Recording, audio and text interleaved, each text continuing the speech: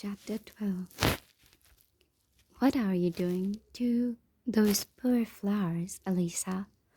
Asks from behind me. I clamp another silver washer closed and slide it down the stem. Steampunk. We both stand back and admire the bouquet. At least I hope she's looking at it with admiration. It turned out better than I thought it would. I used florist dip dye to turn some white roses a deep purple. Then I decorated the stems with different steampunk elements, like tiny metal washers and gears, and even superglued a small clock to the brown leather strap that's holding the bouquet together. Steampunk? It's a trend, kind of a subgenre of fiction, but it's catching on in the other areas: art, music. I turn around and smile, holding up the bouquet. And now, flowers. Elisa takes the flowers from me and holds them up in front of her. They are so weird. I love them so much. She hugs them. Can I have them? I pull them away from her. No, they are our grand opening display, not for sale. I take the flowers from her and grab the vase I made yesterday. I found a pair of old button-up women's boots at a flea market last week. They reminded me of steampunk style, and the boots are actually where I got the idea for the flowers. I washed the boots last week, dried them, and then superglued pieces of metal to them. Once I brushed them with Mod Podge, I was able to line the inside with a vase to hold water for the flowers. Elisa, I placed the flowers on the center display table. I'm pretty sure this is exactly what I was supposed to do with my life. Steampunk? She asks. I laugh and spin around. Create, I say. And then I flip the sign to open. 15 minutes early. We both spent the day busier than we thought we would be. Between phone orders, internet orders, and walk-ins, neither of us even has the time to take a lunch break. You need more employees, Elisa says as she passes me, holding the two bouquet of flowers that is at 1 o'clock. You need more employees, she says to me at 2 o'clock, holding the phone at her ear and writing down an order while ringing someone up at the register. Marshall stops by after 3 o'clock and asks how it's going. Elisa says she needs more employees. I help a woman take a bouquet to her car at 4 o'clock, and as I'm walking back inside, Elisa is walking out, holding another bouquet. You need more employees, she says, exasperated. At 6 o'clock, she locks the door and flips the sign. She falls against the door and slides to the floor, looking up at me. I know, I tell her. I need more employees. She just nods, and then we laugh. I walk over to where she's seated, and I sit next to her. We lean our heads together and look at the store. The steampunk flowers are front and center, and although I refuse to sell this particular bouquet, we had 8 pre-orders for more of them. I'm proud of you, Lily, she says. I smile. I could not have done it without you, Isa. We sit there for several minutes, enjoying the rest we are finally giving our feet. This was honestly one of the best dates I've ever had. But I can't help but feel a nagging sadness that Ryle never stopped by. He also never texted. Have you heard from your brother today? I ask. She shakes her head.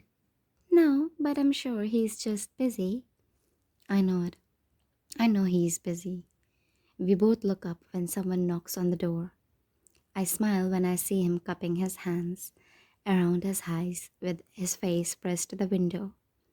He finally looks down and sees us sitting on the floor. Speak of the devil, Elisa says. I jump up and unlock the door to let him in. As soon as I open it, he's pushing his way inside. I missed it? I did. I missed it. He hugs me.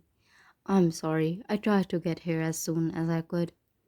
I hug him back and say, It's fine. You're here. It was perfect. I'm giddy with excitement that he made it at all. You are perfect, he says, kissing me. Elisa brushes past us. You are perfect, she mimics. Hey, Ryle, guess what? Ryle releases me. What? Elisa grabs the trash can and drops it on the counter. Lily needs to hire more employees. I laugh at her constant repetition. Ryle squeezes my hand and says, Sounds like a business. Was good. I shrug. I can't complain. I mean, I'm no brain surgeon, but I'm pretty good at what I do. Ryle laughs. You guys need any help cleaning up? Elisa and I put him to work, helping us clean up after the big day. We get everything finished and prepped for tomorrow. And then Marshall arrives, just as we are finishing up. He's carrying a bag when he walks inside and drops it on the counter. He begins to pull out huge lumps of some kind of material and tosses them at each of us. I catch mine and unfold it. It's a onesie with kittens all over it. Brains game, free beer, suit up, team. Elisa groans and says, Marshall, you made $6 million this year. Do we really need free beer? He shoves a finger against her lips, pushing them in opposite directions. Shh, don't speak like a rich girl, Lisa. Blasphemy. She laughs, and Marshall grabs the onesie out of her hand. He unzips it and helps her into it. Once we are all suited up, we lock the door and head to the bar. I have never in my life seen so many men in onesies. Elisa and I are the only women wearing them, but I kind of like that. It's loud, so loud, and each time the Bruins make a good play, Elisa and I have to cover our ears from the screams. After about half an hour, a booth on the top floor opens up, and we all run upstairs to claim it. Much better, Elisa says, as we slide in. It's much quieter up here, although still loud compared to normal standards. A waitress comes over to take our drink order. I order red wine. As soon as I do, Marshall practically jumps out of his seat. Wine? He yells. You're in a onesie. You don't get free wine with a onesie. He tells the waitress to bring me a beer instead. Ryle tells her to bring me wine. Elisa wants water, and this upsets Marshall even more. He tells the waitress to bring 4 bottles of beer, and then Ryle says 2 beers, red wine, and a water. The waitress is very confused by the time she leaves the table. Marshall throws his arm around Elisa and kisses her. How am I supposed to try and knock you up tonight if you aren't a little wasted? The look on Elisa's face changes, and I feel instantly bad for her. I know Marshall only said that in fun, but it was, and it has to bother her.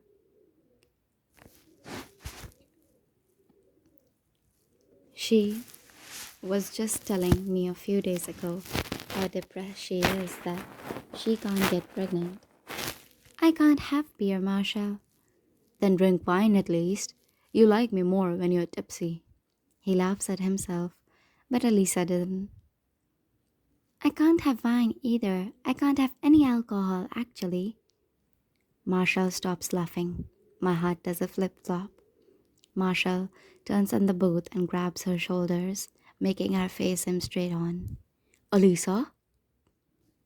She just starts nodding, and I don't know who starts crying first, me or Marshall or Elisa. I'm gonna be a dad, he yells. She's still nodding, and I'm just bawling like an idiot. Marshall jumps up in the booth and yells, I'm gonna be a dad. I can't even explain what this moment is like. A grown man in a onesie standing up in a booth at a bar yelling to whoever will listen that he is gonna be a dad. He pulls her up and they're both standing in the booth now. He kisses her, and it's the sweetest thing I've ever seen. Until I look at Ryle and catch him chewing on his bottom lip, like he is trying to blink back a potential tear. He glances at me and sees me staring, so he looks away. Shut up, he says. She's my sister. I smile and lean over and kiss on him on his cheek. Congratulations, Uncle Ryle. Once the parents to be stop making out in the booth, Ryle and I both stand up and congratulate them. Elisa said she's been feeling sick for a while, but just took a test this morning before our grand opening. She was going to wait and tell Marshall tonight when they got home, but she could not hold it in for another second. Our drinks come and we order food. Once the waitress walks away, I look at Marshall. How did you two meet? He says, Elisa tells the story better than I do. Elisa perks up and leans forward. I hated him, she says. He was Ryle's best friend, and he was always at the house. I thought he was so annoying. He had just moved to Ohio from Boston, and he had that Boston accent. He thought it made him so cool, but I just wanted to slap him every time he spoke. She's so sweet, Marshall says sarcastically. You were an idiot, Elisa replies, rolling her eyes. Anyway, one day Ryle and I had a few friends over. Nothing big, but our parents were out of town. So of course we had a little get together. There were tiny 30 people there, Ryle says. It was a party. Okay, a party, Elisa says. I walked into the kitchen and Marshall was standing there pressed up against some floozy. She wasn't a floozy, he says. She was a nice girl. Tasted like Cheetos, but Elisa glares at him so he shuts up. She turns back to me. I lost it, she says. I started yelling at him to take his horse to his own house. The girl was literally so terrified of me. She ran for the door and did not come back. Cock blocker, Marshall says. Elisa punches him in the shoulder. Anyway, after I cock blocked him, I ran to my room, embarrassed that I did that. It was out of pure jealousy, and I did not even realize I liked him that way until I saw his hands on some other girl's ass. I threw myself on my bed and started crying. A few minutes later, he walked into my room and asked me if I was okay. I rolled over and yelled, I like you, you stupid F-face. And the rest is history, Marshall says. I laugh. Oh, stupid F-face, how sweet. Ryle holds up a finger and says, You're leaving out the best part. Elisa shrugs. Oh, yeah. So Marshall walked over to me, pulled me off the bed, kissed me with the same mouth he was just kissing the floozy with, and we made out for half an hour. Ryle walked in on us and started screaming at Marshall. Then Marshall pushed Ryle out of my bedroom, locked the door, and made out with me for another hour. Ryle is shaking his head, betrayed by my best friend. Marshall pulls Elisa to him. I like her, you stupid F-face. I laugh, but Ryle turns to me with a serious look on his face. I did not speak to him for an entire month. I was so mad. I eventually got over it. We were 18, she was 17. Wasn't much I could do in the way of keeping them apart. Wow, I say. I sometimes forget how close in age you two are. Elisa smiles and says, 3 kids in 3 years. I feel so sorry for my parents. The table grows quiet. I see an apologetic look pass from Elisa to Ryle. 3? I ask. You have another sibling? Ryle straightens up and takes a sip of his beer. He sets it back down on the table and says, We had an older brother. He passed away when we were kids. Such a great night, ruined by a simple question. Luckily, Marshall redirects the conversation like a pro. I spent the rest of the evening listening to stories about them growing up. I'm not sure I've ever laughed as hard as I have tonight. When the game is over, we all walk back to the shop to retrieve our cars. Ryle said he got an Uber over earlier, so he will just ride with me. Before Alisa and Marshall leave, I tell her to hold on. I run inside the store and grab the steampunk flowers and run them back to their car. Her face lights up when I hand them to her. I'm happy you are pregnant, but that's not why I am giving you these flowers. I just want you to have them because you are my best friend. Alisa squeezes me and whispers in my ear, I hope he marries you someday. We will be even better sisters. She climbs inside the car and they leave, and I just stand there watching them because I don't know what that I've ever had a friend like her in my whole life.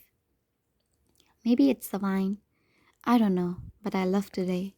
Everything about it.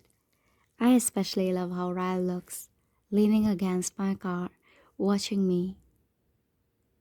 You're really beautiful when you're happy. Ugh, to stay. Perfect.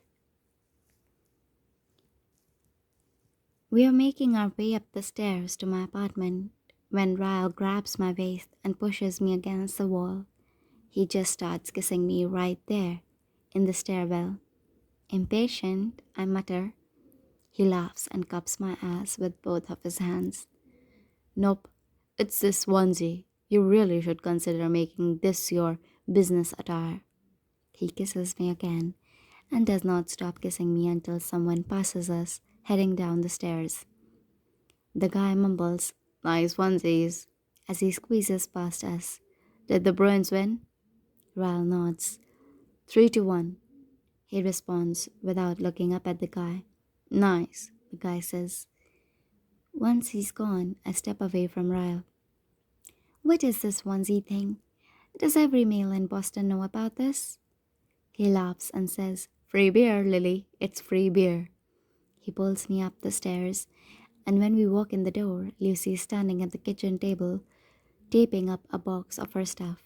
There is another box she hasn't taped up yet, and I could swear I see a bowl that I bought at Home Goods sticking out of the top.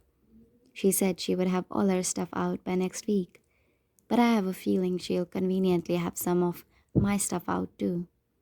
Who are you? She asks, looking Ryle up and down. Ryle Kincaid. I'm Lily's boyfriend. Lily's boyfriend. Did you hear that? Boyfriend. It's the first time he's confirmed it, and he said it so confidently. My boyfriend, huh? I walk into the kitchen and grab a bottle of wine and 2 wine glasses. Ryle comes up behind me as I am pouring the wine and snakes his arms around my waist. Yup, your boyfriend. I hand him a glass of wine and say, So I'm a girlfriend? He holds up his glass and clinks it against mine. To the end of trial runs and the beginning of sure things. We are both smiling as we take a drink of our wine. Lucy stacks the boxes together and walks toward the front door. Looks like I got out right in time, she says. The door closes behind her, and Ryle raises an eyebrow. I don't think your roommate likes me very much. You'd be surprised. I did not think she liked me either, but yesterday she asked me to be a bridesmaid in her wedding. I think she's just hoping for free flowers, though she's very opportunistic. Ryle laughs and leans against the refrigerator. His eyes fall to a magnet that says Boston on it. He pulls it off the refrigerator and raises an eyebrow. You'll never get out of Boston purgatory if you keep souvenirs of Boston on your fridge like a tourist. I laugh and grab the magnet, slapping it back on the fridge. I like that he remembers so much about the first night we met. It was a gift. It only counts as tourist if I bought it myself. He steps over to me and takes my glass of wine from my hands. He sets both of our glasses on the top, and then leans in and gives me a deep, passionate, drunken kiss. I can taste the tart fruitiness of the wine on his tongue, and I like it. His hands go to the zipper on my onesie. Let's get you out of these clothes. He pulls me toward the bedroom, kissing, while we both struggle out of our clothes. Don't move, he says. He presses his lips. Oh Lord, get this day seriously. Get any better? I run my hands through his hair, but he grabs my wrist. He climbs back up. I try not to smile, but it's hard to disguise. Until best day ever.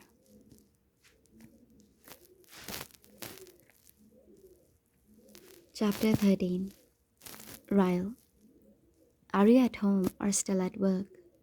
Me, work. Should be done in about an hour. Ryle. Can I come see you? Me. You know how people say there is no such thing as a stupid question? They are wrong. That was a stupid question. Ryle. Smile emoji. Half an hour later, he's knocking at the front door of the floral shop. I closed the shop almost 3 hours ago, but I'm still here trying to get caught up on the chaos that was the first month. The store is still too new to get an accurate projection of how well or how bad it's doing. Some days are great and some are so slow. I send Elisa home. But overall, I'm happy with how it's gone so far and happy with how things are going with Ryle. I unlock the door to let him in. He is in light blue scrubs again, and he still has a stethoscope around his neck, fresh from work. Very nice touch. I swear every time I see him, straight off a shift, I have to hide the stupid grin on my face. I give him a quick kiss and then turn back toward my office. I have a few things to finish up and then we can go back to my place. He follows me into my office and closes the door. You got a couch? He asks, looking around my office. I have spent some of this week putting the finishing touches on it. I bought a couple of lamps so I don't have to turn on the overpowering fluorescent lights. The lamps give the room a soft glow. I also bought a few plants to keep here permanently. It's no garden, but it's as close as it gets. It's come a long way since this room was being used as storage for vegetable crates. Ryle walks over to the couch and falls down on it, face first. Take your time, he mumbles into the pillow. I'll just take nap until you're finished. I sometimes worry about how hard he pushes himself with work, but I don't say anything. I've been sitting in my office going on 12 hours now, so I don't have much room to talk when it comes to being too ambitious. I spend the next 15 or so minutes finalizing orders. When I'm finished, I close my laptop and look over at Ryle. I thought he would be asleep, but instead, he's on his side with his head propped up on his hand. He's been watching me this whole time, and seeing the smile on his face makes me blush. I push my chair back and stand up. Lily, I think I like you too much, he says as I make my way over to him. I scrunch up my nose as he sits up on the couch and pulls me onto his lap. Too much? That doesn't sound like a compliment. That's because I don't know if it is, he says. He adjusts my legs on either side of him and then wraps his arms around my waist. This is my first real relationship. I don't know if I'm supposed to like you this much yet. I don't want to scare you away. I laugh. Like that could ever happen. You work way too much to smother me. He wraps his hands up my back. Does it bother you that I work too much? I shake my head. No, I worry about you sometimes because I don't want you to burn yourself out, but I don't mind that I have to share you with your passion. I actually really like how ambitious you are. It's kind of sexy. It might even be my favorite thing about you. You know what I like the most about you? I already know this answer, I say, smiling. My mouth. He leans his head against the couch. Oh, yeah, that does come first. But do you know what my second favorite thing about you is? I shake my head. You don't put pressure on me to be something I'm incapable of being. You accept me exactly how I am. I smile. Well, in all fairness, you're a little different from when I first met you. You aren't so anti girlfriend anymore. That's because you make it easy, he says, sliding a hand inside the back of my shirt. It's easy being with you. I can still have the career I've always wanted, but you make it 10 times better with the way you support me. When I'm with you, I feel like I get to have my cake and eat it too. Now both of his hands are beneath my shirt, pressed against my back. He pulls me toward him and kisses me. I grin against his mouth and whisper, "Is it the best cake you have ever tasted?" One of his hands moves back. "I'm pretty sure, but maybe I need another taste of it to be positive." "What's got your heart so worked up, Lily?" I shrug innocently. "It might have a little to do with you, Dr. Kincaid." He drops the end of the stethoscope and then lifts me off him, pushing me back onto the couch. He spreads my legs and kneels down on the couch between them, placing the stethoscope against my chest again. He uses his other hand to hold himself up as he continues listening to my heart. "I'd say you're at about 90 beats per minute," he says. "Is that good or bad?" He grins and lowers himself. "I'll be satisfied when it reaches 140. Yeah, if it reaches 140, I'm thinking I will be satisfied too." He lowers his mouth. He takes me in his mouth. "You're at 100 now," he says. Once he slides them off me, unbuttoning my jeans. "Get on your knees," he says. I do what he says, and before I'm even adjusted, I feel the cold metal of the stethoscope. Again, this time with his arm snaked around me from behind.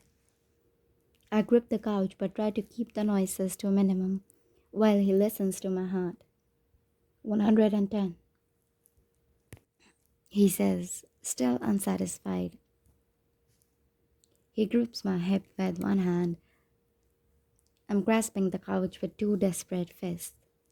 "Lily," he says with mock disappointment. 120, not quite where I want you." The stethoscope disappears again.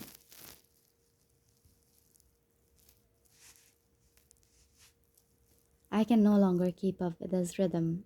He's somehow holding me up with one hand. I let out a moan, and he presses his lips to my ear. "Shh, no noises." I've no idea how I make it through the next 30 seconds without making another sound. I'm trying to move against him, but he is rock solid as the tremors begin to rush through me. After several seconds, he pulls the stethoscope away and tosses it to the floor. 150, he says with satisfaction. He pulls out of me and flips me onto my back. My body is too weak to move, and I can't even open my eyes and watch him. He kisses my neck and then his lips meet my tattoo. He finally settles against my neck and sighs. "Have I already mentioned tonight how much I like you?" he asks. I laugh. "Once or twice." "Consider this the third time," he says. "I like you. Everything about you, Lily. Being inside of you, being outside of you, being near you. I like it all." I smile, loving his words feel against my skin. Inside my heart, I open my mouth to tell him I like him too, but my voice is cut off by the sound of his phone. "It's my mother," he says, leaning over and kissing the top of my knee that's resting against the back of the couch. He tosses the phone aside and then stands and walks over to my desk, grabbing a box of tissues. This is always awkward, having to clean up after sex, but I can't say it's been this awkward before, knowing his mother is on the other end of the ring. Once all my clothes are back in place, he pulls me against him on the couch, and I lie down on top of him, resting my head on his chest. It's after 10 now, and I'm so comfortable I debate sleeping here for the night. Lyle's phone makes another noise, alerting him the new voicemail. The thought of seeing him interact with his Mother makes me smile. Elisa talks about their parents some, but I've never really talked to Ryle about them before. Do you get along with your parents? His arm is stroking mine gently. Yeah, I do. They are good people. We hit a rough patch when I was a teenager, but we worked through it. I talk to my mother almost daily now. I fold my arms about his chest and rest my chin. Will you tell me more about your mother? Elisa told me they moved to England a few years ago and they were in Australia on vacation, but that was like a month ago. He laughs. My mother? Well, my mother is very overbearing, very judgmental, especially of the people she loves the most. She's never missed a single church service, and I have never heard her refer to my father as anything other than Dr. Kincaid. Despite the warnings, he smiles the whole time he talks about her. Your father is a doctor too. He nods. Psychiatrist. He chose a field that allowed him to have a normal life. Smart man. Do they ever visit you in Boston? Not really. My mother hates flying, so Elisa and I fly to England a couple of times a year. She does want to meet you, though, so you might be going with us on the next trip. I grin. You've told your mother about me? Of course, he says. This is kind of a monumental thing, you know? Me having a girlfriend. She calls me every day to make sure I haven't screwed it up somehow. I laugh, which makes him reach for his phone. You think I'm kidding? I guarantee she somehow brought you up in the voicemail she just left. He presses a few keys and then begins to play the voicemail. Hey, sweetheart. It's a mom. Haven't spoken to you since yesterday. Miss you. Give Lily a hug for me. You do still see her, right? Elisa says you can't stop talking about her. She's still your girlfriend, right? Okay. Gretchen's here. We are having high tea. Love you. Kiss, kiss. I press my face against his chest and laugh. We've only been dating a few months. How much do you really talk about me? He pulls my hand up between us and kisses it. Too much, Lily. Way too much. I smile. I can't wait to meet them. Not only did they raise an incredible daughter, but they made you. That's pretty impressive. His arms tighten around me, and he kisses the top of my head. What was your brother's name? I can feel a slight stiffness. Emerson. I can tell by his voice that it's not something he wants to talk about right now. Instead of pressing it further, I lift my head and scoot forward, pressing my mouth to his. I should know better. Kisses can't seem to stop at just kisses when it comes to me and Ryle. In a matter of minutes, him inside of me again. But this time it's everything the other time wasn't. This time we make love.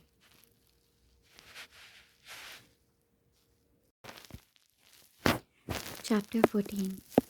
My phone rings. I pick it up to see who it is, and I'm a little taken aback. It's the first time Ryle has ever called me. We always just text. How odd to have a boyfriend for over 3 months that I've never once spoken to on the phone. Hello? Hey, girlfriend, he says.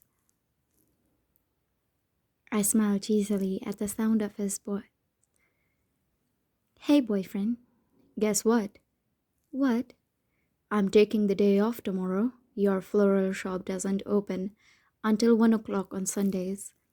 I'm on my way to your apartment with 2 bottles of wine.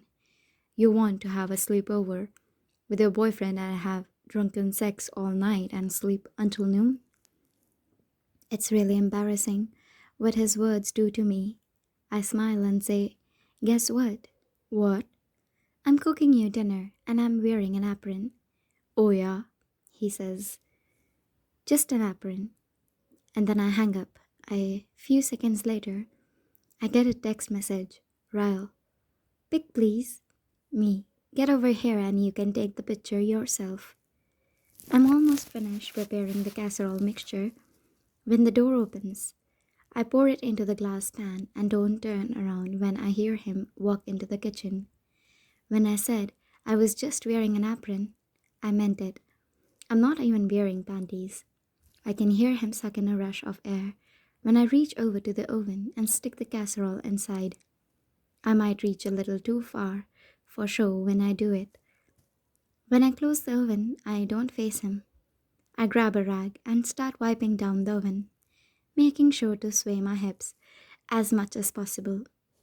I squeal when I feel a piercing sting on my right butt cheek. I spin around and Ryle is grinning, holding two bottles of wine. Did you just bite me? He gives me an innocent look. Don't tempt the scorpion if you don't want to get stung. He says me up and down while he opens one of the bottles. He holds it up before he pours us a glass and says, "It's vintage." Vintage, I say with mock impression. What's the special occasion? He hands me a glass and says, "I'm going to be an uncle. I have a smoking hot girlfriend, and I get to perform a very rare, possibly once in a lifetime, craniopagus separation on Monday." A cranio what? He finishes off his glass of wine and pours himself another one. Craniopagus separation. Conjoined twins, he says. He points to a spot on the top of his head and taps it. Attached right here. We have been studying them since they were born. It's a very rare surgery. Very rare. For the first time, I think, I'm genuinely turned on by him as a doctor. I mean, I admire his drive. I admire his dedication. But seeing how excited he is about what he is doing for a living is seriously sexy. How long do you think it will take? I ask. He shrugs. Not sure. They are young, so being under general anesthesia for too long is a concern. He holds up his right hand and wiggles his fingers. But this is a very special hand that has been through almost $500,000 worth of specialty education. I have a lot of faith in this hand. I walk over to him and press my lips to his palm. I'm a little fond of this hand too. He slides the hand down to my neck and then spins me so that I'm flush against the counter. I gasp, because I was not expecting that. He pushes himself against me from behind and slowly slides his hand down the side of my body. I press my palms into the granite and close my eyes, already feeling the rush of the wine. This hand, he whispers, is the steadiest hand in all of Boston. He pushes on the back of my neck, bending me further over the counter. His hand meets the inside of my knee and he glides it upward. Slowly, Jesus. He pushes my legs apart.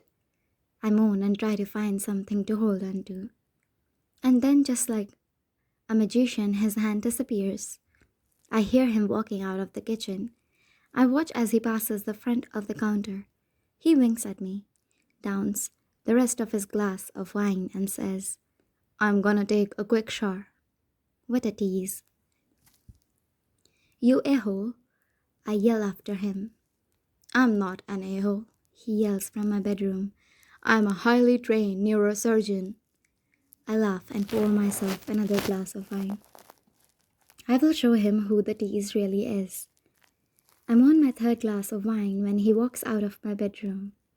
I'm on the phone with my mother, so I watch him from the couch as he makes his way to the kitchen and pours himself another glass. That is some seriously good wine. "What are you doing tonight?" my mother asks. I have her on speaker's phone. Ryle is leaning against a wall, watching me talk to her. "Not much, helping Ryle study." "That sounds not very interesting," she says. Ryle winks at me. "It's actually very interesting," I say to her. I help him study a lot, mostly reviewing fine motor control of the hands. In fact, we will probably be up all night studying. The 3 glasses of wine has made me frisky. I can't believe I'm flirting with him while I'm on the phone with my mother. Gross. "I gotta go," I tell her. "We are talking and taking Alisa and Marshall out to dinner tomorrow night, So I will call you on Monday. Oh, where are you taking them? I roll my eyes. The woman can't take a hint. I don't know. Ryle, where are we taking them? That place we went to that one time with your mom, he says. Bibbs, I made reservations for 6 o'clock. My heart feels like it slinks down my chest. My mother says, Oh, good choice. Yeah, if you like stale bread. Bye, Mom. I hang up and look at Ryle. I don't want to go back there. I did not like it. Let's try something new. I fail to tell him why I really don't want to go back there. But how do you tell your brand new boyfriend that you're trying to avoid your first love? Ryle pushes off the wall. You will be fine, he says. Elisa's excited to eat there. I told her all about it. Maybe I will get lucky and Atlas won't be working. Speaking of food, Ryle says, I'm starving. The casserole. Oh, I say, laughing. Ryle rushes to the kitchen and I stand up and follow him in there. I walk in just as he pulls the oven door open and waves away the smoke. Ruined. I get dizzy all of a sudden from standing up too fast after having 3 glasses of wine. I grab the counter beside him to steady myself, just as he reaches in to pull the burnt casserole out. Ryle, you need a shit, he yells. Pot holder. The casserole falls from his hand and lands on the floor, shattering everywhere. I lift up my feet to avoid broken glass and mushroom chicken splatter. I start laughing as soon as I realize he did not even think to use the pot holder. Must be the wine. This is some seriously strong wine. He slams the oven shut and moves to the faucet, shoving his hand under the cold water, muttering curse words. I'm trying to suppress my laughter, but the wine and the ridiculousness of the last few seconds are making it hard. I look at the floor, at the mess we are about to have to clean up, and the laughter bursts from me. I'm still laughing as I lean over to get a look at Ryle's hand. I hope he did not hurt it too bad. I'm instantly not laughing anymore. I'm on the floor, my hand pressed against the corner of my eye. In a matter of 1 second, Ryle's arm came out of nowhere and slammed against me, knocking me backward. There was enough force behind it to knock me off balance. When I lost my footing, I hit my face on one of the cabinet door handles as I came down. Pain shoots through the corner of my eye, right near my temple. And then I feel the weight. Heaviness flows and it presses down on every part of me. So much gravity pushing down on my emotions. Everything shatters. My tears, my heart, my laughter, my soul. Shattered like broken glass raining down around me. I wrap my arms over my head and try to wish away the last 10 seconds. God damn it, Lily, I hear him say. It's not funny. This hand is my effing career. I don't look up at him. His voice doesn't penetrate through my body this time. It feels like it's stabbing me now. The sharpness of each of his words coming at me like swords. Then I feel him next to me, his goddamn hand on my back, rubbing. Lily, he says. Oh God, Lily. He tries to pull my arms from my head, but I refuse to budge. I start shaking my head, wanting the last 15 seconds to go away. 15 seconds. That's all it takes to completely change everything about a person. 15 seconds that we will never get back. He pulls me against him and starts kissing the top of my head. I'm so sorry. I burned my hand. I panicked. You were laughing and I'm so sorry. It all happened so fast. I did not mean to push you. Lily, I'm sorry. I don't hear Ryle's voice this time. All I hear is my father's voice. I'm sorry, Jenny. It was an accident. I'm sorry. I'm sorry, Lily. It was an accident. I'm so sorry. I just want him away from me. I use every ounce of strength I have in both my hands and legs and I force him the F away from me. He falls backward onto his hands. His eyes are full of genuine sorrow. But then they are full of something else. Worry? Panic? He slowly pulls up his right hand and it's covered in blood. Blood is trickling out of his palm, down his wrist. I look at the floor, at the shattered piece of glass from the casserole dish. His hand. I just pushed him onto glass. He turns around and pulls himself up.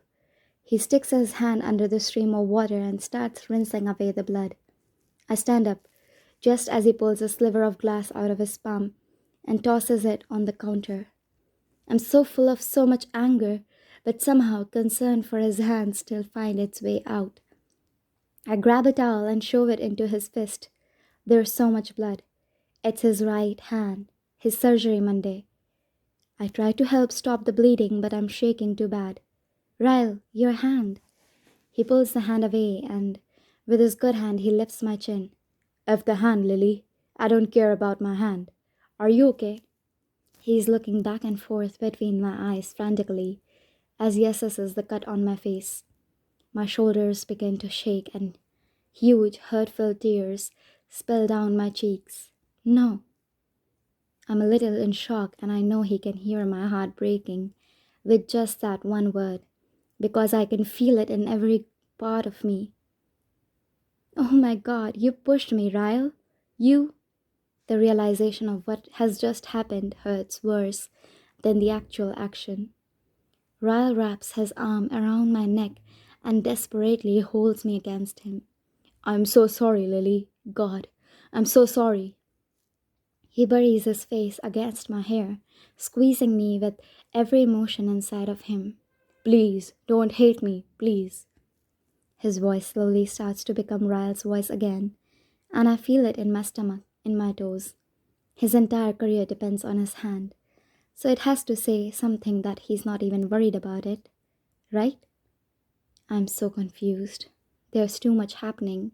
The smoke, the wine, the broken glass, the food splattered everywhere, the blood, the anger, the apologies.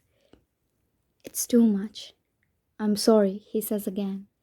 I pull back and his eyes are red and I've never seen him look so sad. I panicked. I did not mean to push you away, I just panicked. All I could think about was the surgery, Monday, and my hand, and I'm so sorry. He presses his mouth to mine and breathes me in. He's not like my father. He can't be. He's nothing like that uncaring bastard. We are both upset and kissing and confused and sad. I've never felt anything like this moment. So ugly and painful, but somehow the only thing that eases the hurt is just caused by this man, is this man. My tears are soothed by his sorrow, my emotions soothed with his mouth against mine, his hand gripping me like he never wants to let go. I feel his arms go around my waist, and he picks me up carefully, stepping through the mess we have made. I can't tell if I am more disappointed in him or myself, him for losing his temper in the first place, or me for somehow finding comfort in his apology. He carries me and kisses me all the way to my bedroom. He's still kissing me when he lowers me to the bed and whispers, I'm sorry, Lily. He moves his lips to the spot on my eye that hit the cabinet, and he kisses me there. I'm so sorry. His mouth is on mine again, hot and wet, and I don't even know what's happening to me. I'm hurting so much on the inside, yet my body craves his apology in the form of his mouth and hands on me. I want to lash out at him and react like I always wish my mother would have reacted when my father hurt her. But deep down, I want to believe that it really was an accident. Ryle isn't like my father. He's nothing like him. I need to feel his sorrow, his regret. I get both of these things in the way he kisses me. I spread my legs for him and his sorrow comes in another form. Slow, apologetic thrust inside of me. Every time he enters me, he whispers another apology. And by some miracle, every time he pulls out of me, my anger leaves with him. He is kissing my shoulder, my cheek, my eye. He's still on top of me, touching me gently. I've never been touched like this, with such tenderness. I try to forget what happened in the kitchen, but it's everything now. He pushed me away from him. Ryle pushed me. For 15 seconds, I saw a side of him that wasn't him, that wasn't me. I laughed at him when I should have been concerned. He shoved me when he should have never touched me. I pushed him away and caused him to cut his hand. It was awful. The whole thing, the entire 15 seconds it lasted, was absolutely awful. I never want to think about it again. He still has the rag balled up in his hand, and it's soaked with blood. I push against his chest. I will be right back, I tell him. He kisses me one more time and rolls off of me.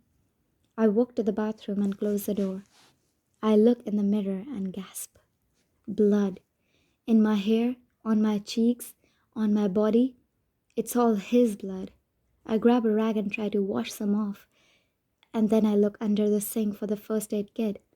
I have no idea how bad his hand is. First he burned it, then he sliced it open. Now, even an hour after, he was just telling me how important this surgery was to him. No more wine. We are never allowed vintage wine again. I grab the box from under the sink and open the bedroom door. He is walking back into the bedroom from the kitchen with a small bag of ice. He holds it up. For your eye, he says. I hold up the first aid kit for a hand. We both smile and then sit back down on the bed. He leans against the headboard while I pull his hand to my lap. The whole time I'm dressing his wound, he's holding the bag of ice against my eye. I squeeze some antiseptic cream onto my finger and dab it against the burns on his fingers.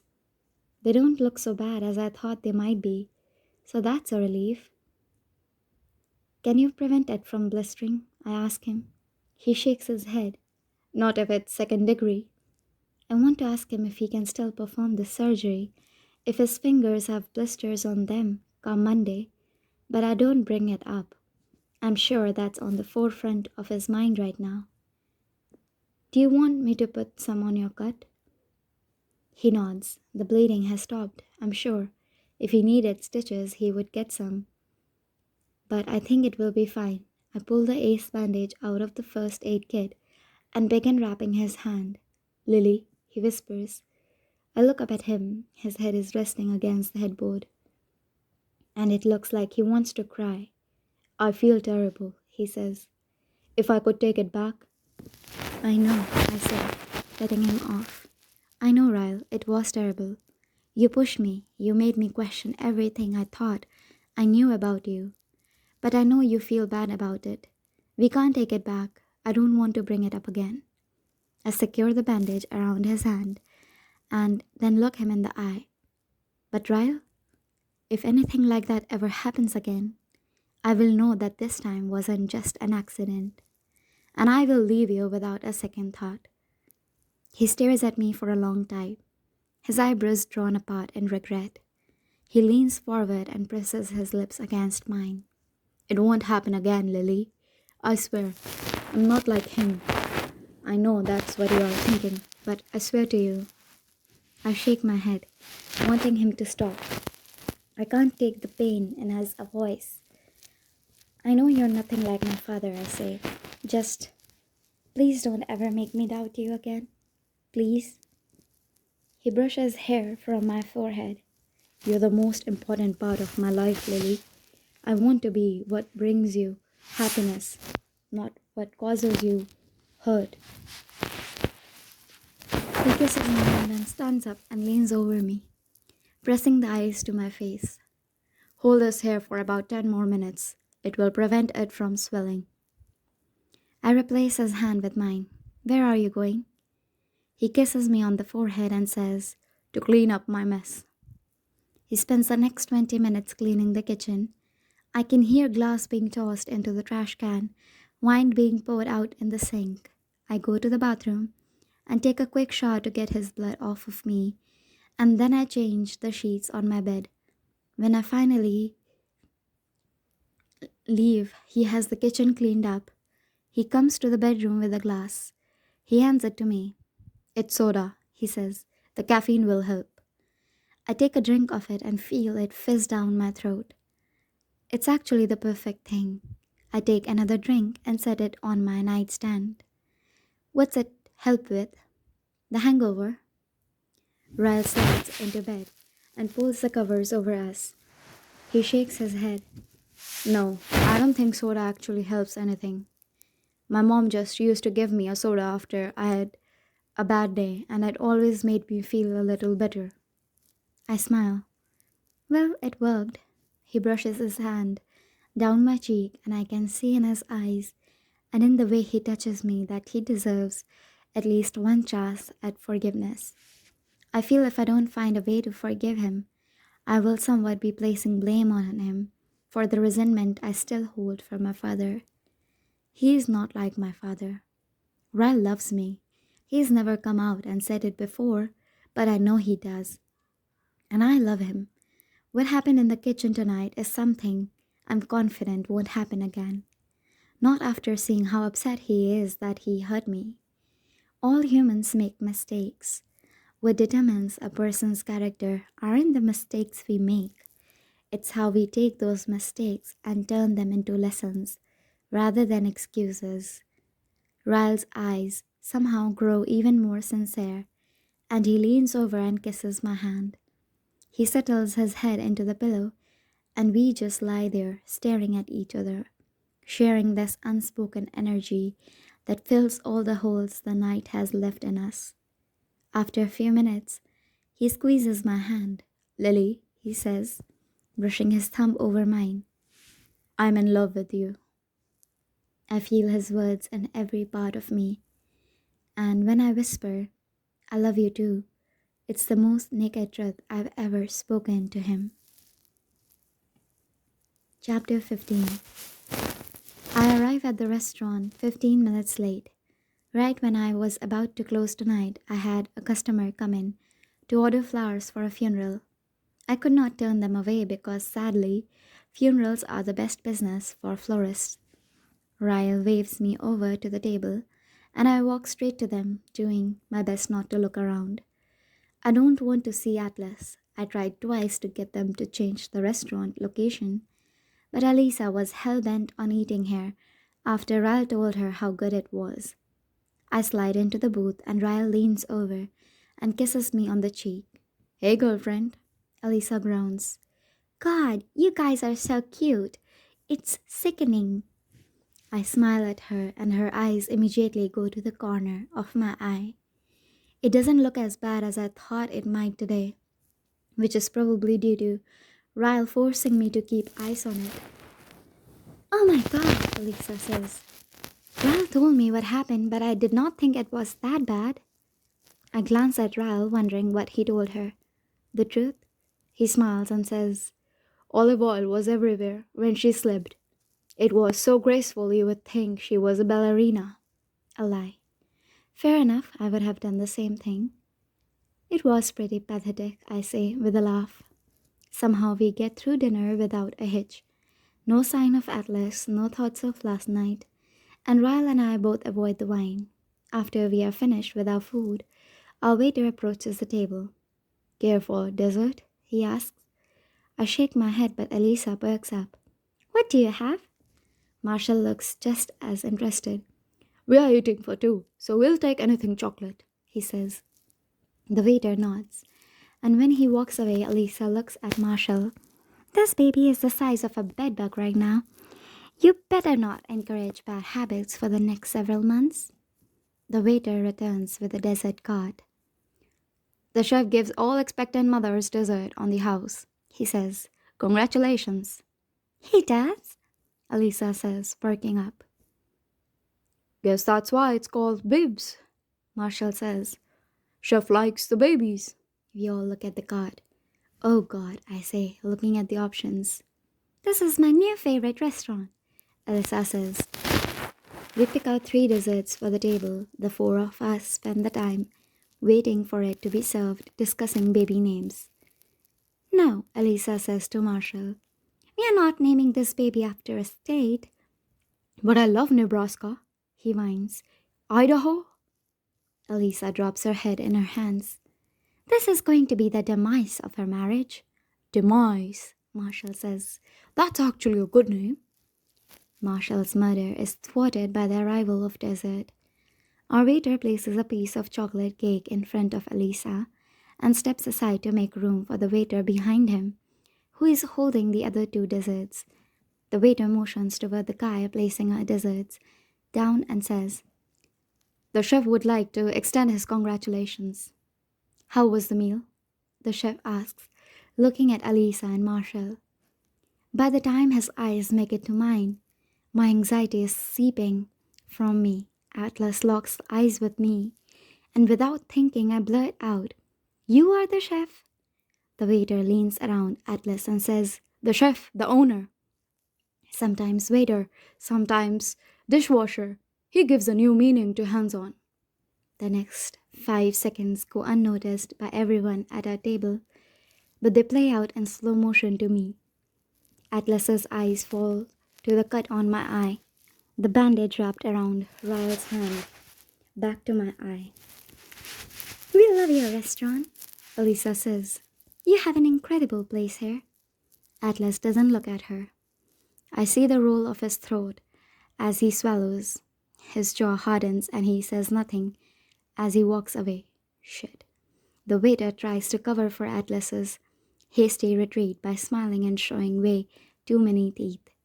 "Enjoy your dessert," he says, scuffling off to the kitchen. "Bummer," Elisa says. "We find a new favorite restaurant, and that chef is an a-hole." Ryle laughs. "Yeah, but the a-holes are the best ones. Gordon Ramsay?" "Good point," Marshall says. I put my hand on Ryle's arm. "Bathroom," I tell him. He nods as I scoot out of the booth, and Marshall says, "What about Wolfgang Puck? You think he's an a-hole?" I walk across the restaurant, head down, fast-paced. As soon as I get into the familiar hallway, I keep going. I push open the door to the women's restroom and then turn around and lock it. Shit, shit, shit, shit. The look in his eye, the anger in his jaw. I'm relieved he walked away, but I'm half convinced he's probably going to be waiting outside the restaurant when we leave, ready to kick Ryle's ass. I breathe in my nose, out my mouth, wash my hands, repeat the breathing. Once I'm more calm, I dry my hands on a towel. I will just go back out there and tell Ryle I'm not feeling well. We will leave and we will never come back. They all think the chef is an a-hole, so that can be my excuse. I unlock the door, but I don't pull it open. It starts pushing open from the other side. So I step back. Atlas steps inside the bathroom with me and locks the door. His back rests against the door as he stares at me, focused on the cut near my eye. "What happened?" he asks. I shake my head. "Nothing." His eyes are narrow, still eyes blue, but somehow burning with fire. "You are lying, Lily." I muster enough of a smile to get me by. "It was an accident." Atlas laughs, but then his face falls flat. "Leave him." "Leave him?" Jesus, he thinks this is something else entirely. I take a step forward and shake my head. "He's not like that, Atlas. It wasn't like that. Ryle is a good person." He tilts his head and leans it forward a little bit. "Funny. You sound just like your mother." His words sting. I immediately try to reach around him for the door, but he grabs my wrist. "Leave him, Lily." I yank my hand away. I turn my back to him and inhale a deep breath. I release it slowly as I face him again.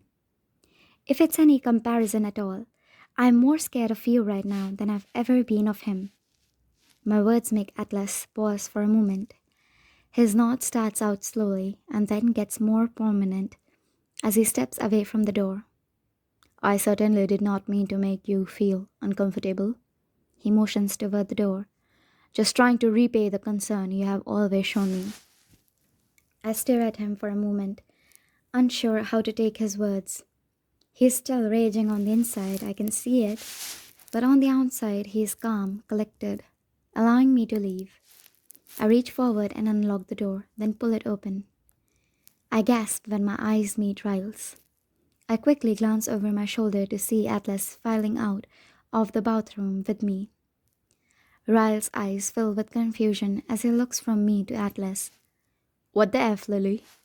Ryle, my voice shakes. God, this looks so much worse than it is.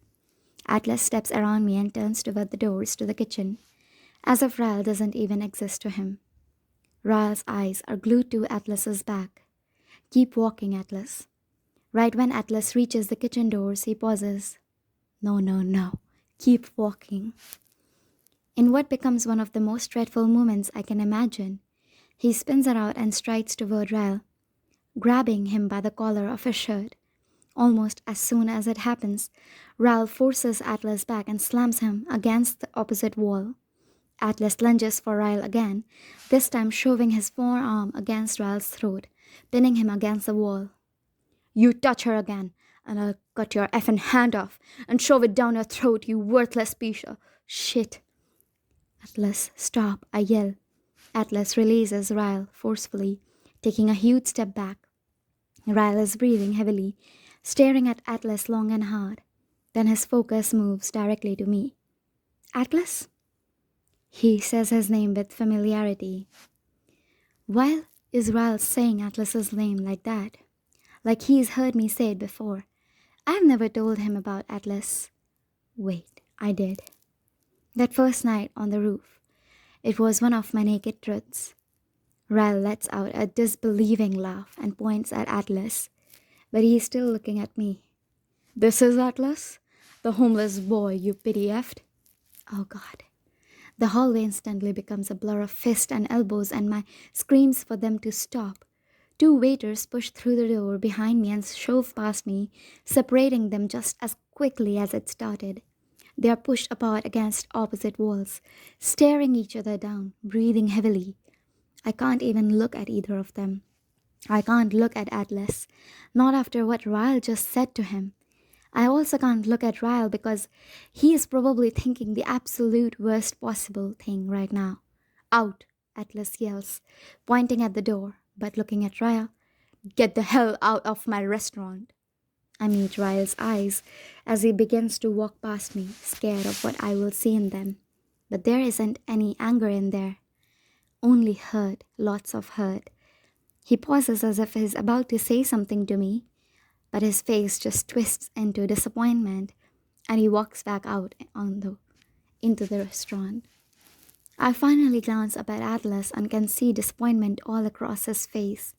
Before I can explain away Ryle's words to him, he turns and walks away, pushing through the kitchen doors. I immediately turn and run after Ryle. He grabs his jacket from the booth and walks toward the exit without even looking at Elisa and Marshall. Elisa looks up at me and holds her hands up in question. I shake my head, grab my purse and say, It's a long story. We will talk tomorrow. I follow Ryle outside and he is walking toward the parking lot. I run to catch up to him and he just stops and punches at the air. I did not bring my effing car, he yells, frustrated. I pull my keys out of my purse and he walks up to me and snatches them from my hand again. I follow him, this time to my car. I don't know what to do. I don't know if he even wants to speak to me right now. He just saw me locked in a bathroom with a guy I used to be in love with. Then out of nowhere, the guy attacks him. God, this is so bad. When we reach my car, he heads straight for the driver's side door. He points to the passenger side and says, Get in, Lily. He doesn't speak to me the entire time we are driving. I say his name once, but he just shakes his head like he's not ready to hear my explanation yet. When we pull into my parking garage, he gets out of the car as soon as he turns it off, like he can't get away from me fast enough. He's pacing the length of the car when I get out. It wasn't what it looked like, Ryle, I swear. He stops pacing and when he looks at me, my heart doubles over. There's so much pain in his eyes right now, and it's not even necessary. It was all due to a stupid misunderstanding. I did not want this, Lily, he says. I did not want a relationship. I did not want the stress in my life. As much he's hurting because of what he thinks he saw, his words still piss me off. Well, then leave. What? I throw my hands up. I don't want to be your burden, Ryle. I'm so sorry my presence in your life is so unbearable. He takes a step forward. Lily, that's not at all what I'm saying. He throws his hands up in the frustration and then walks past me. He leans against my car and folds his arms over his chest. There is a long stretch of silence while I wait for what he has to say. His head is down, but he lifts it slightly, looking up at me. Naked truths, Lily. That's all I want from you right now. Can you please give me that? I nod. Did you know he worked there? I purse my lips together and wrap my arms over my chest, grabbing at my elbow. Yes, that's why I did not want to go back, Ryle. I did not want to run into him.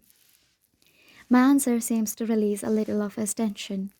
He runs a hand down his face. Did you tell him what happened last night? Did you tell him about our fight? I take a step forward and shake my head adamantly. No, he assumed. He saw my eye and your hand, and he just assumed. He blows out a laden breath and leans his head back, looking up at the roof. It looks like it's almost too painful for him to even ask the next question. Why were you alone with him in the bathroom? I take another step forward. He followed me in there. I know nothing about him now, Ryle. I did not even know he owned that restaurant. I thought he was just a waiter. He's not a part of my life anymore. I swear. He just. I fold my arms together and drop my voice. We both grew up in abusive households. He saw my face and your hand, and he was just worried for me. That's all it was. Ryle brings his hands up and covers his mouth. I can hear the air rushing through his fingers as he releases his breath. He stands up straight, allowing himself a moment to soak in all I've just said. My turn, he says. He pushes off the car and takes the 3 steps toward me that previously separated us. He puts both hands on my cheek and looks me dead in the eyes. If you don't want to be with me, please tell me right now, Lily. Because when I saw you with him, that hurt. I never want to feel that again. And if it hurts this much now, I'm terrified to think of what it could do to me a year from now. I can feel the tears begin to stream down my cheeks. I place my hands on top of his and shake my head. I don't want anyone else, Ryle. I only want you. He forces the saddest smile I've ever seen on a human. He pulls me to him and holds me there. I wrap my arms around him as tight as I can as he presses his lips to the side of my head. I love you, Lily. God, I love you.